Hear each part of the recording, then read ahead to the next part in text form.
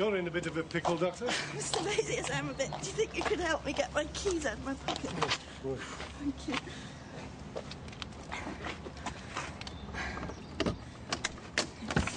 here, let me turn it. Oh, thanks. What is all this? It's work from my practice. I decided to put my nights on call to good effect. It's called moonlighting, Doctor. Oh, I hadn't really thought... You're joking. I swear, Dr. Martin, you're the cleverest woman in this place. Yet you walk right into it every time. Thanks. Is that everything? Yeah, I've got one or two things yet to get, but I can manage. Yes, well, I'll say good morning. Thank you very much.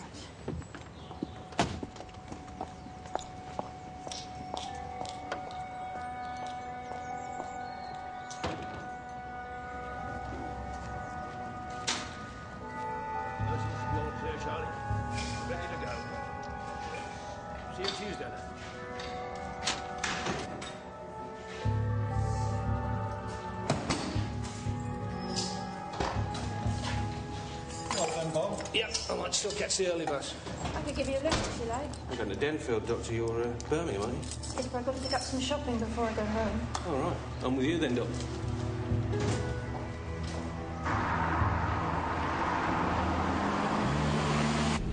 Do you always drive this fast, Dr. Martin? Yes, I've always loved speed, Mr. Clough. Why? Does it make you feel uncomfortable? No, not at all. Check all outlets. Right, I'll Pay special attention to lorries, vans, anything driven by a single male, OK? Do you think he might have nicked himself a car? According to his record, car theft was his first love. Yeah, but not his last, unfortunately, which is why we've got to catch this bloke double quick. So let's get out there, start looking.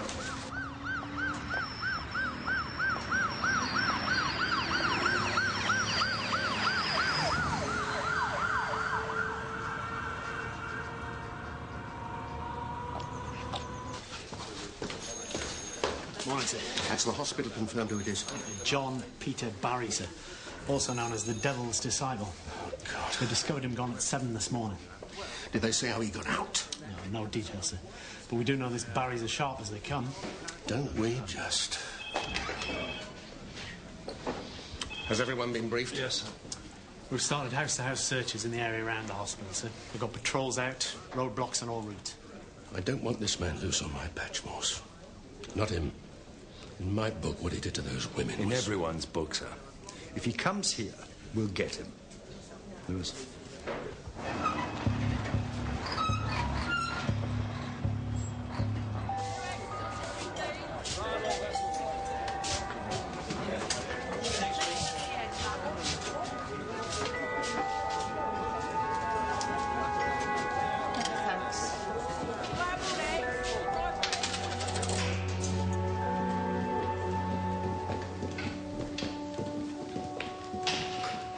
Chief Inspector Morse, Mr. McTeer, and Sergeant Lewis. Frank McTeer, I'm the General Manager, Chief Inspector. Will you want the ward emptied? No, we'll have to speak to the patients, Mr. McTeer. Have you any idea how he got out? From the infirmary, yes. He drugged my nurse, Henry Rayner, took his keys and walked out. What kind of drugs did Barry use? He was prescribed sleeping pills some months back. He must have kept some aside. You go to Oxford, mate? Yeah, that's right. Could do with a lift. Oh, jump in. I assume the infirmary is less secure than the main hospital. Yes. But that was never a worry. Rennick's strengths are in the perimeter. So what happened last night? Mr. Rayner came in at about 4. He had a mug of tea with him. Barry said he couldn't sleep and he wanted to play chess. He asked for some tea.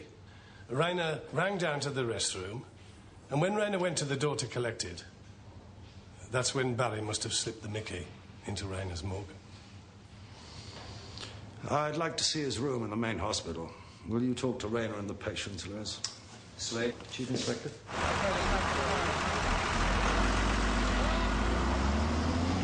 Come on, this way, please, madam. Have you seen this man or picked up any hitchhikers this morning? Thank you very much. Sergeant Lewis, in here.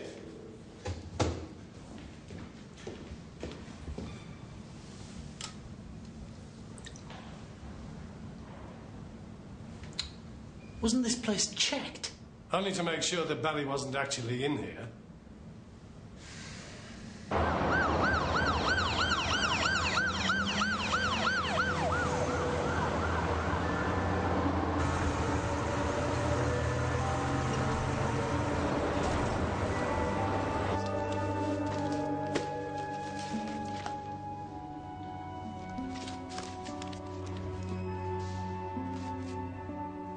This?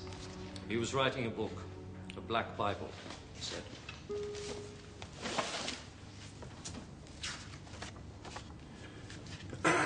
I'd like to take some of this material with me, Mr. McTeer. Yes. You allowed this. Look at it. Chief Inspector. The man stood up in open court and claimed that he was acting on orders from the devil, and you allowed this. You've had him for 2 years.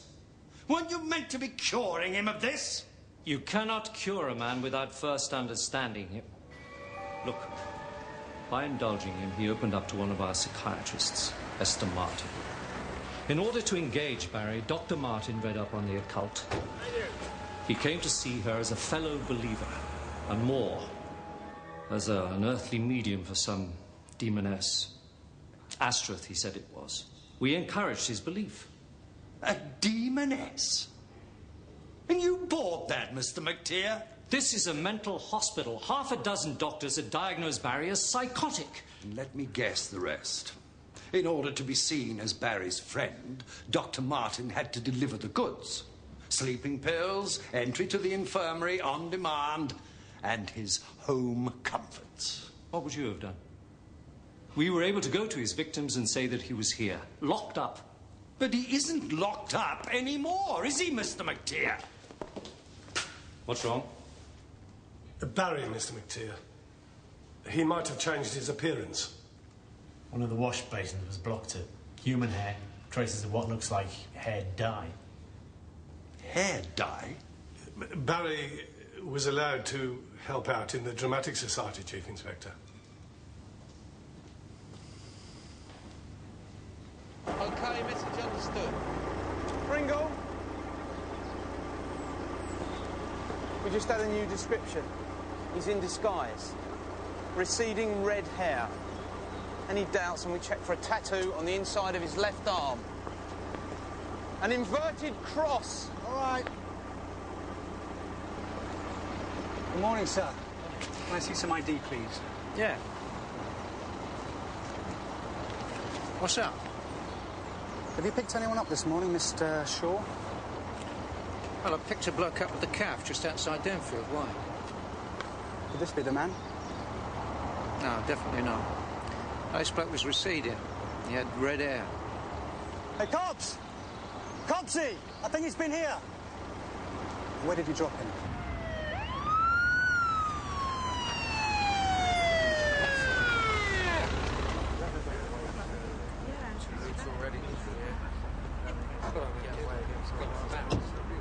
I understand that stuff. That's not my problem, is it? Look, anyway, another squad car's just arrived, so something's going on. And listen, I want a new opening. Yeah. Are you ready? Okay, look. Multiple rapist John Peter Barry is again at large. A self-proclaimed devil's disciple whose 7-year reign of terror in the Midlands ended with his conviction 2 years ago. I'll get back to you. I've got to go. Have any more information? Can we make a statement, Chief Inspector? What's going on here, Chief Inspector? Has Barry been spotted or what? John Peter Barry was dropped near here shortly after his escape. Dropped from what? He was given a lift in a lorry. The driver is presently helping with an identikit. But we know what Barry looks like, Chief Inspector. We did. We now know that he was using a disguise. You'll be given the identikit as soon as it's available. And do you think he's still in the area? Well, I can't say for certain, but I would ask people in the area to be both vigilant and cautious. Under no circumstances must this man be approached. And that's about all I can say at the moment. Oh, can you give us the driver's name? How did you talk to Barry about when he was in the line? That really is everything for now, folks. Believe me, the minute we get anything at all, you'll hear about it. Thank you. It's away. Half the course when you think about it. He's long gone, sir. We've covered the whole area, not seen a thing. I'm not so sure, Lewis. He specifically said Oxford to that lorry driver. But if he is here, why is he here? Why not London? Why not out of the country altogether? Did you want that clergyman?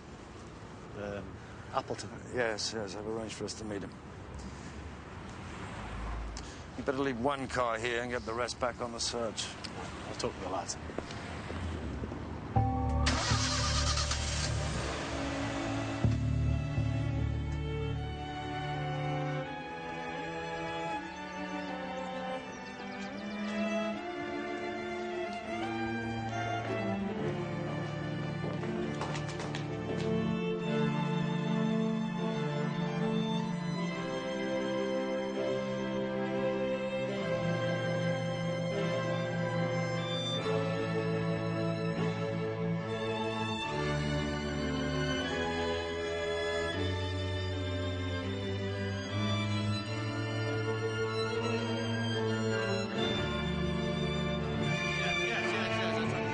Excellent, truly. And you see, it's so important to listen to each other intensely. Now, excuse me, it would seem I've got some company. Same time tomorrow. Would that be all right? Thanks ever so much. Well done. Marvellous, sir. It's Brahms, Opus 18, the sextet's always a great favourite. I thought I recognised it. Chief Inspector Morse, this is my sergeant, Lewis. Canon Humphrey Appleton, Chief Inspector. I thought it might be more convenient if we met here. My own church is some little way off. Shall we go outside? Well, I'm most grateful to you for your warning call, of course, Chief Inspector, but I honestly can't imagine why this miscreant should be so interested in me. Barry may be in the Oxford area, Captain. And you're known to him. Your interests, I mean. Oh, you mean the newspaper article, yeah. Do you think I could see that? Yes, there's also a manuscript and some sort of calendar.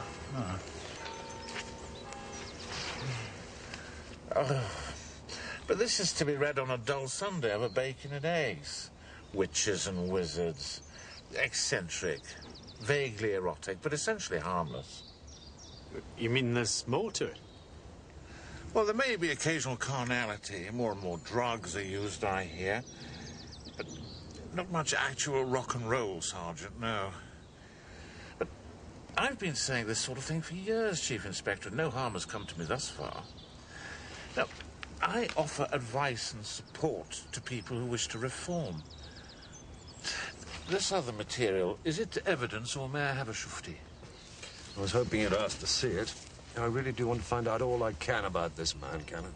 Well, you already know a great deal. You know this man is evil. But how he came to be evil, that'll be a truly fascinating investigation, Chief Inspector.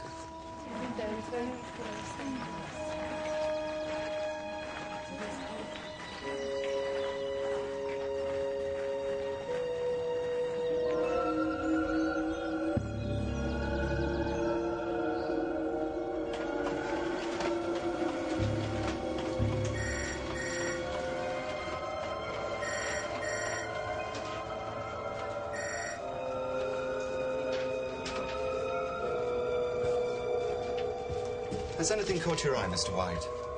Yeah. This one here. Although it does seem a little down at heel. Mill Cottage, yes. It might need some upgrading, but that is reflected in the asking price. And it does have a wealth of original features, including a working watermill. It has the potential for a superb conversion. Has there been much interest? Oh, yes, indeed. I should advise any interested party to move PDQ. Right, well, I'll have to think about that, talk it over with my wife and my children. Do you have any particulars? Oh, certainly. Sarah, Mill Cottage, please. Straight away, Mr. Perry.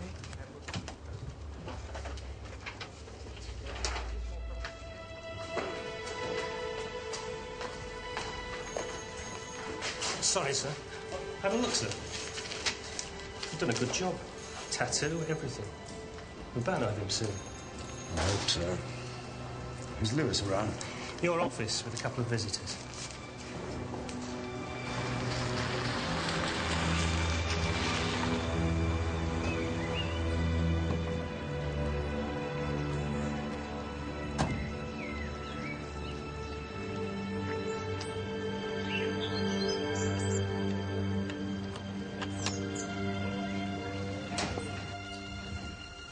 This is Dr. Esther Martinson. We think we know how Barry got out of Rennick, Chief Inspector.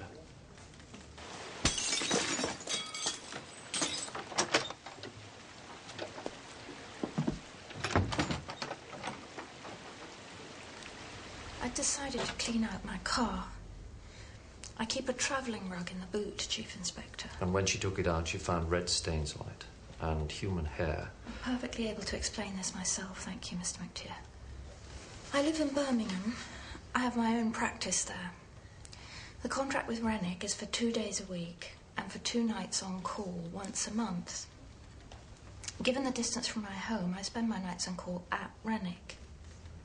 This morning, I had to go back to my office to get some papers, and I left the car open.